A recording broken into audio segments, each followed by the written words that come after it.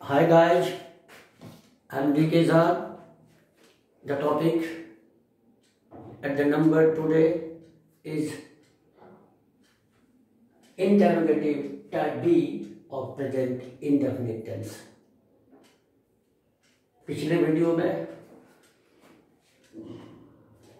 Type A देखा था, interrogative type A of present indefinite tense, यानी जिसका उत्तर हाँ ना में हो वैसे वाक्यों का कल हम देखा था, हम लोग बनाए थे जो कैसे बनता है। तो इंटरोगेटिव दो होते हैं, दो प्रकार के होते हैं, टाइप ए और टाइप बी, जिसको यस नो क्वेश्चन कहते हैं टाइप ए को, और हम लोग जिसको डब्ल्यूएच क्वेश्चन लोग कहते हैं उसको हम लोग टाइप बी कहते हैं। और जो इसका स्ट्रक्चर है बनाने का चर्चा हो चुकी है। तो जिन प्रश्न का उत्तर हम नहीं दे सकते, जो एक्सप्लेनेटरी है, जिसको यस नो में नहीं दे सकते, जिसके जवाब में एक्सप्लेन करना पड़ता है, उसको टाइप बी से हम लोग जानते हैं। और टेंस कौन सा है? इंडेफिनिट। अभी पहला एक ही टेंस को हम लोग देख रहे थे दिनों से, एक एक करके, affirmative, negative, interrogative type A, interrogative type B.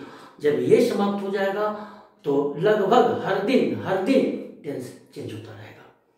क्योंकि पहला है, प्रिंसिपल की बात आती है, बनाने की बात आती है, और पहले ही है जिसमें डू डज का प्रयोग हो गया। क्योंकि ऑक्सिलरी इसमें नहीं रहता है, जब एक्सपेंडेड बनता है तो हम लाते हैं डू डज को, इसलिए इसमें थोड़ी देर लगी। चलिए तो शुरू करते हैं जल्दी। इस टेंस इस इंटरोगेटिव टाइप बी को बनाने का स्ट्रक्चर क्या है? तो स्ट्रक्चर है सबसे पहले IPA स्क्वायर। तो जिन्हें लोग WH क्वेश्चंस कहते हैं उन्हें हम IPA स्क्वायर शॉर्ट करने के लिए कहा, संक्षिप्त में उसको लिखने के लिए। पूरा क्या छुपा हुआ इसमें? Interrogative pronoun. तो प्रश्न पूछने वाले जितने भी शब्द हैं, यानी जितने भी आप जिसको WH क्वेश्चंस कहते हैं, उसमें से कुछ प्रोनाउन है, प्रश्न पूछते हैं इंटरोगेटिव प्रोनाउन, कुछ एडजेक्टिव है इसलिए इंटरोगेटिव एडजेक्टिव, कुछ एडवर्ब है इसलिए इंटरोगेटिव एडवर्ब। इसलिए शॉर्ट में हमने इसको कहा IPA स्क्वायर। तो शुरू में लिखेंगे ये what, where, when, why, whom, whose, which, right. फिर उसके बाद देन डू और डज। तो इस टेंस में जब जरूरत पड़ती है नेगेटिव और इंटरोगेटिव में ऑक्सिलरी वर्ब की, बिना उसके नहीं बनेगा, तो हम डू डज को लाते हैं। चर्चा हुई है, बार बार बेकार कहना है। फिर सब्जेक्ट V1, फिर वही बात आपको जानना चाहिए, no finite, no tense, no sentence. कौन है फाइनाइट? Do does. सभी 24 फाइनाइट्स, ऑक्सिलरी सभी फाइनाइट्स है। वर्ब के 3 ही फाइनाइट है, V1, V5, V2। V1 बनाता है टेंस तो फाइनाइट, नहीं तो नॉन फाइनाइट। यहाँ देखिए नॉन फाइनाइट है, टेंस नहीं बना रहा है। ऑब्जेक्ट, वर्ब के बाद हमेशा हम ऑब्जेक्ट रखते हैं, क्योंकि वर्ब ऑब्जेक्ट रख सकता है। लेकिन कई बार ऐसा होगा कि ऑब्जेक्ट यहां तो होगा, कई बार ऑब्जेक्ट IPA स्क्वायर खुद हो जाएगा, या IPA स्क्वायर के साथ जुड़ा नाउन हो जाएगा। तो कहा, तो चूंकि सब्जेक्ट कौन बनता है? ऑब्जेक्ट, नाउन या प्रोनाउन।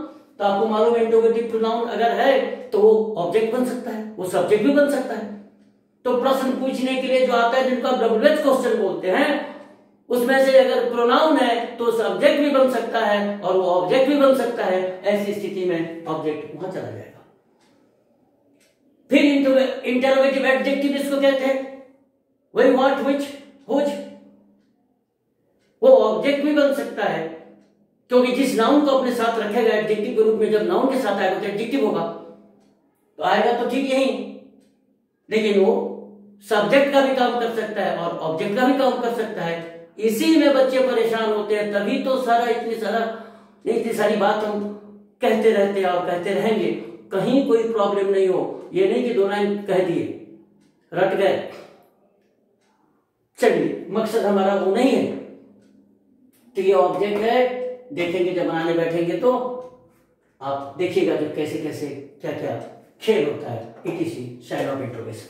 चलिए अब बनाना शुरू करते हैं। तो सामान्यतः आपको प्रॉब्लम नहीं आएगा कब?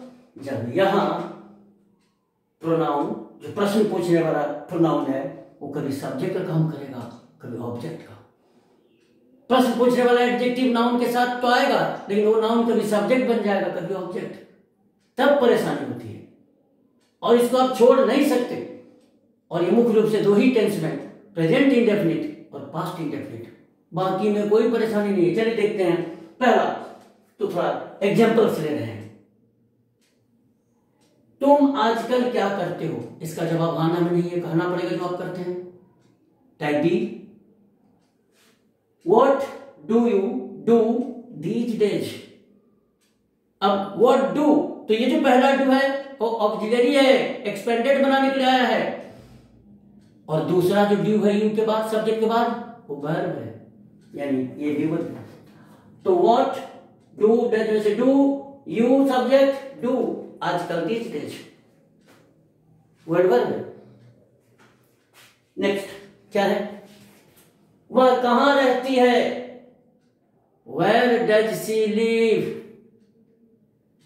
कोई परेशानी नहीं, आईपीएस कर दे दिया, कहां कहां का होता है, तो आईपीएस का जो प्रश्न पूछो शब्द वह है third person singular number, does she live. तुम किसे प्यार करते हो, अब इसको थोड़ा ध्यान से देखिए। तुम किसे प्यार करते हो, तो सब्जेक्ट कौन है, तुम। डोनर, रिसीवर कौन है, प्यार मिलता किसको है, तो कहते हैं किसे, किसे। अब उसको प्रश्न हुई है, इसके लिए आप मालूम है कौन होता है, हु, उसका ऑब्जेक्टिव केस हुम, उस पर भी चर्चा कर देते थोड़ा सा। तो तुम किसे प्यार करते हो, पहले सुन लीजिए। हुम डू यू लव, हुम डू यू लव, एकदम सही है। अब आता है कि आजकल आप अगर देखोगे तो बोलने में, सुनने में और पढ़ने में भी कहीं कहीं लिखा मिलेगा। आजकल हुम जो ऑब्जेक्टिव केस है होगा, उसकी जगह पर हु से काम ले रहे लोग। इसलिए कहा जा रहा है कि modern English whom is a dying pronoun, अब यह मर रहा है धीरे धीरे, इसका प्रयोग समाप्त हो रहा है। करना तो चाहिए नहीं, ऑब्जेक्टिव केस में हूं तो हम लिखा हुम डू यू लव, लेकिन आजकल कहता है who do you love, who do you love, who do you help, who do you write a letter to. और देखिए यानी यहां ऐसा क्यों कर रहा है, क्योंकि उनका मानना है कि ऑब्जेक्ट को ऑब्जेक्टिव केस में तो रहना चाहिए। लेकिन आगे चलकर आप देखेंगे कि हु अगर नॉमिनेटिव केस में है तो डू डज नहीं लेगा, और अगर डू डज है यानी वो ऑब्जेक्ट है। तो कहते हम दो पहचान क्यों दे, हुम भी दें और डू डज दे रहे हैं, किसी से स्पष्ट हो रहा है, तो दो दो संकेत मिल रहे हैं। अगर कोई बोले हु डू यू लव, तो अगर हु सब्जेक्ट होता तो डू डज नहीं आता, तब होता कौन तुम्हें प्यार करता है, तो हु लव्स यू, तब यू हो जाता ऑब्जेक्ट। लेकिन यहां यू सब्जेक्ट है, इसीलिए हुम डू यू लव कहना चाहिए।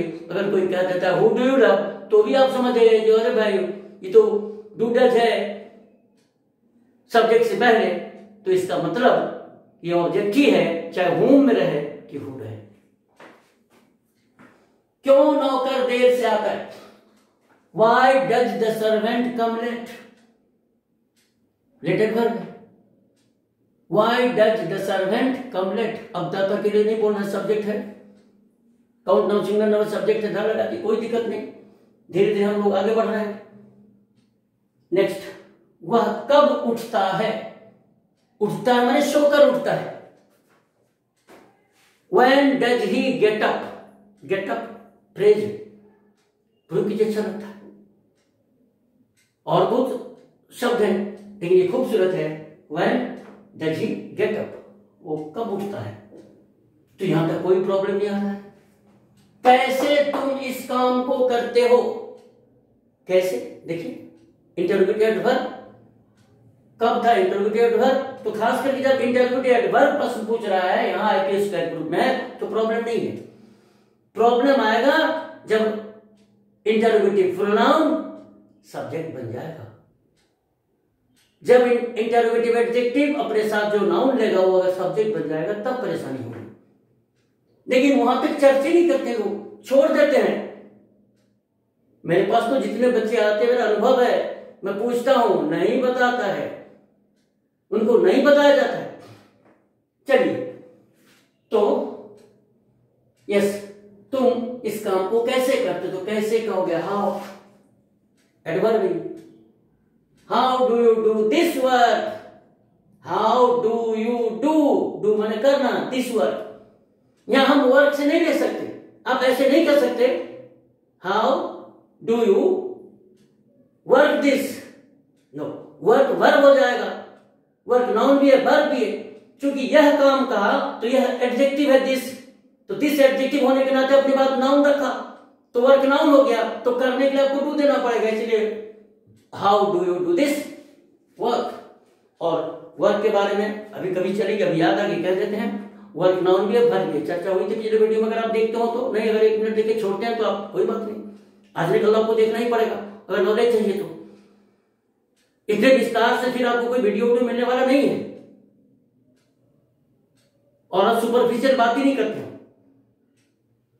तो जरूर देखिए। तो उसमें वर्क के बारे में कह रहे हैं, वर्क नाउन है, लेकिन नाउन के रूप में ये अनकाउंटेबल है, कभी भी इसके साथ एस नहीं लगा के प्रयोग कर दीजिएगा वर्क्स, नहीं तो आपके मन में होगा आज बहुत काम करने हैं, बोल दीजिएगा I have to do many works, अनर्थ हो जाएगा। वर्क्स भी होता है, लेकिन ये नाउन का काम के अर्थ में प्लूरल नहीं होता है, ये अनकाउंटेबल है। अगर आपको बहुत काम करने हैं तो बोलो I have to do much work, I don't have to do much work, ये नहीं कहेगा वर्क्स, तब वो अर्थ बदल के कारखाना हो जाएगा, कृतियां हो जाएगा।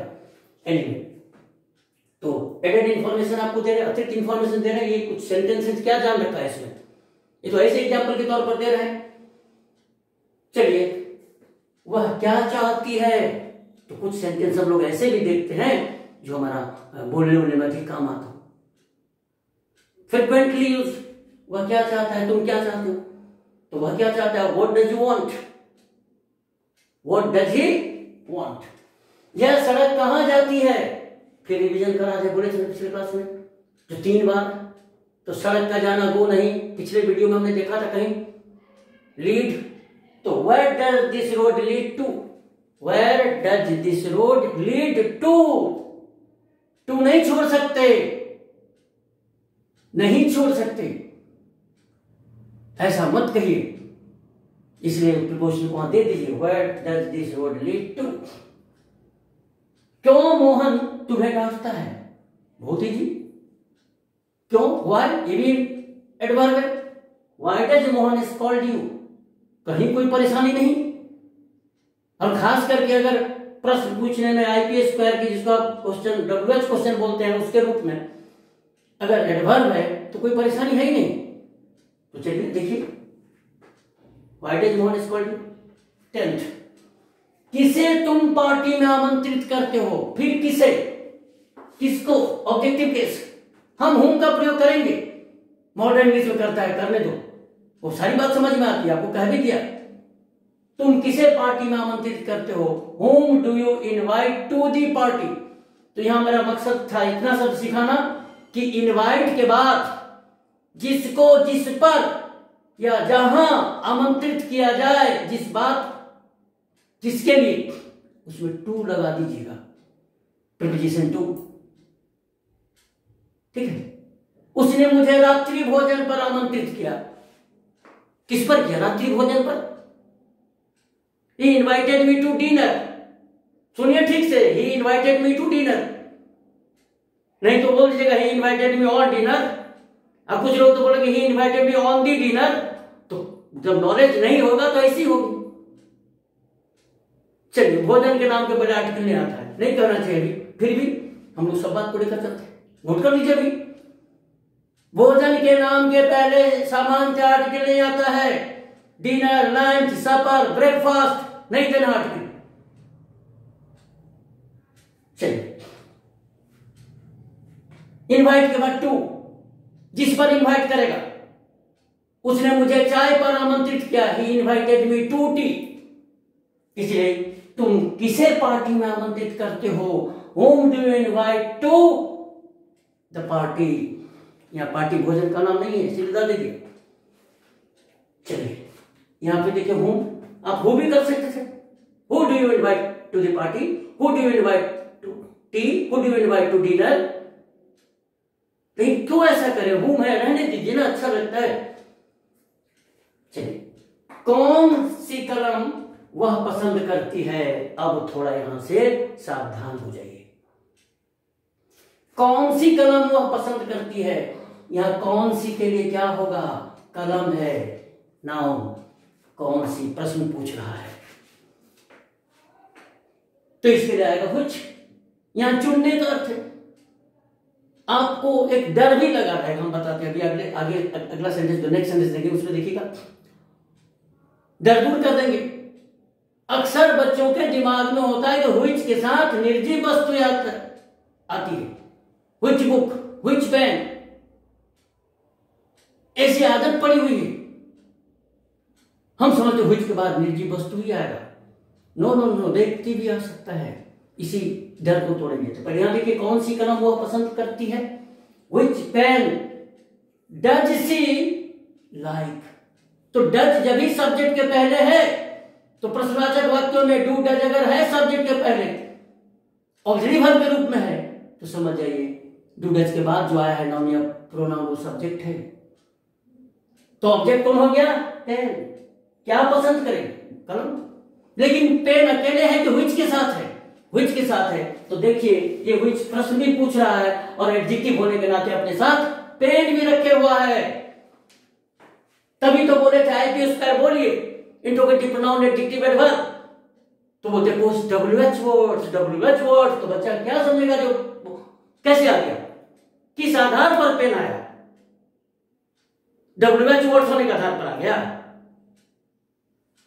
यहां से प्रश्न पूछने वाला शब्द है वो इंटरोगेटिव एडजेक्टिव है व्हिच, और अपने साथ पेन को रखे हुआ है, जो ऑब्जेक्ट का काम कर रहा है। यही बोले थे ना, ऑब्जेक्ट, ये ऑब्जेक्ट यहां आ गया, कहा था ना, जो एडजेक्टिव अपने साथ जो नाउन रखता है वो ऑब्जेक्ट को सब्जेक्ट हो सकता है। यहां ऑब्जेक्ट है, सब्जेक्ट कौन है, वह जो काम करे, पसंद करने का काम वह करती है। तो which pen does she like. चलिए आगे बढ़ते हैं। अब देखिए, अब किस लड़की को सिन्हा जी प्यार करते हैं, यहां तुरंत बदल दिए।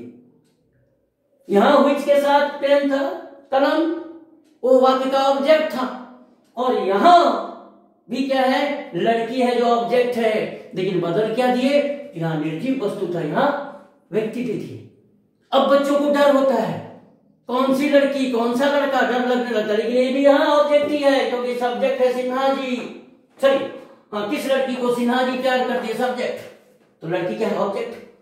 किसके साथ है, व्हिच, कहां रहेगा, यहां, ऑब्जेक्ट का घर तो यहां था, लेकिन एडजेक्टिव होने के नाते अपने साथ चिपका के रखा। एडजेक्टिव को नाउन चाहिए immediate after it, an adjective requires an adjective after it. तो which girl does mister Sinha love. अब फिर देखिए, डज किसके पहले है, मिस्टर सिन्हा के पहले, तो सिन्हा जी सब्जेक्ट।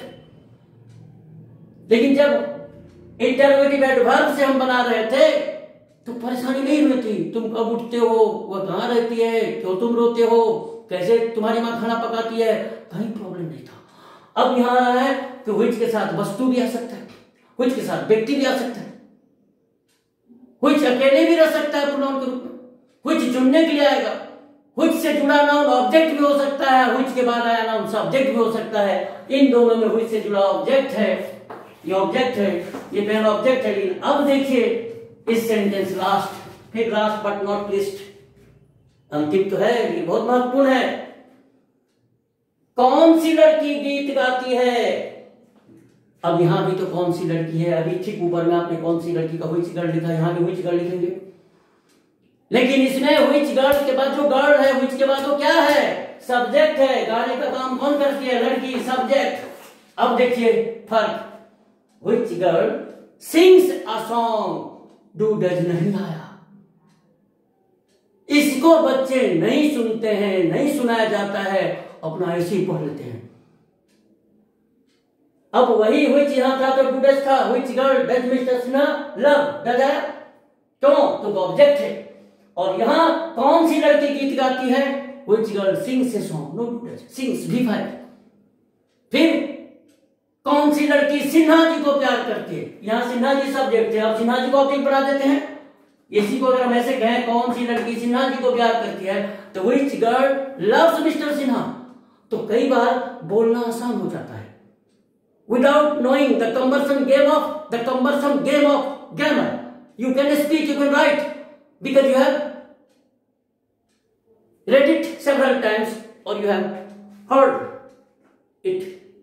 आपने सुना है, कान में पड़ी है, प्रयास नहीं कैसे हर्ड बोला, लिसन नहीं, तो कान में कई बार पढ़ते पढ़ते लोग अब लगा दिया, अब बड़ी धड़ाक से कह दिया। लेकिन जानकारी होनी चाहिए किस आधार पर होता है, कैसे होता है। तो कौन सी लड़की गीत गाती है, which girl sings a song, कौन सी लड़की सिन्हा जी को प्यार करती है, वहां भी सब्जेक्ट है लड़की, तो which girl loves mister Sinha. लेकिन किस लड़की को सिन्हा जी प्यार करते हैं, तो सिन्हा जी सब्जेक्ट हो जाएगा, तो फिर which girl does mister Sinha love. Enough for today. लेकिन रुकिए, अब इसके बाद इस पर एक वीडियो और बनाना चाहिए, क्योंकि जो गेम यहां हुआ है वही गेम हु के साथ भी होता है, व्हाट के साथ भी होता है। हम कैसे छोड़ दे, बोलिए छोड़ दें की जानकारी चाहिए। कई बार व्हाट सब्जेक्ट हो जाएगा, कई बार व्हाट ऑब्जेक्ट होगा, और इसकी वजह से डूडेज में अंतर आएगा। एनीवे, देखते हैं नेक्स्ट वीडियो में। आप लाइक करें, व्यू देखें पूरा सोल्यूशन तक, दूसरों को भी कहें, और सब्सक्राइब तो कर दीजिए। सब्सक्राइब का बहुत महत्व नहीं है, लेकिन जब तक मोनेटाइज नहीं होता है 1000 कम से कम जल्दी से पूछ जाना चाहिए। फिर उसके बाद व्यू तो आते रहेंगे, आज न कल आना ही है, क्योंकि वीडियो ही ऐसे बनाई जा रही है, तथ्य ऐसी इतनी जानकारी दी जा रही है कि खूब पढ़ेंगे लोग, चाव से पढ़ेंगे, 3-3 बार पढ़ेंगे, और खास करके ऐसे लोग जो पढ़ाने लिखाने का काम करेंगे वो तो जरूर करेंगे। Thank you, see you, bye.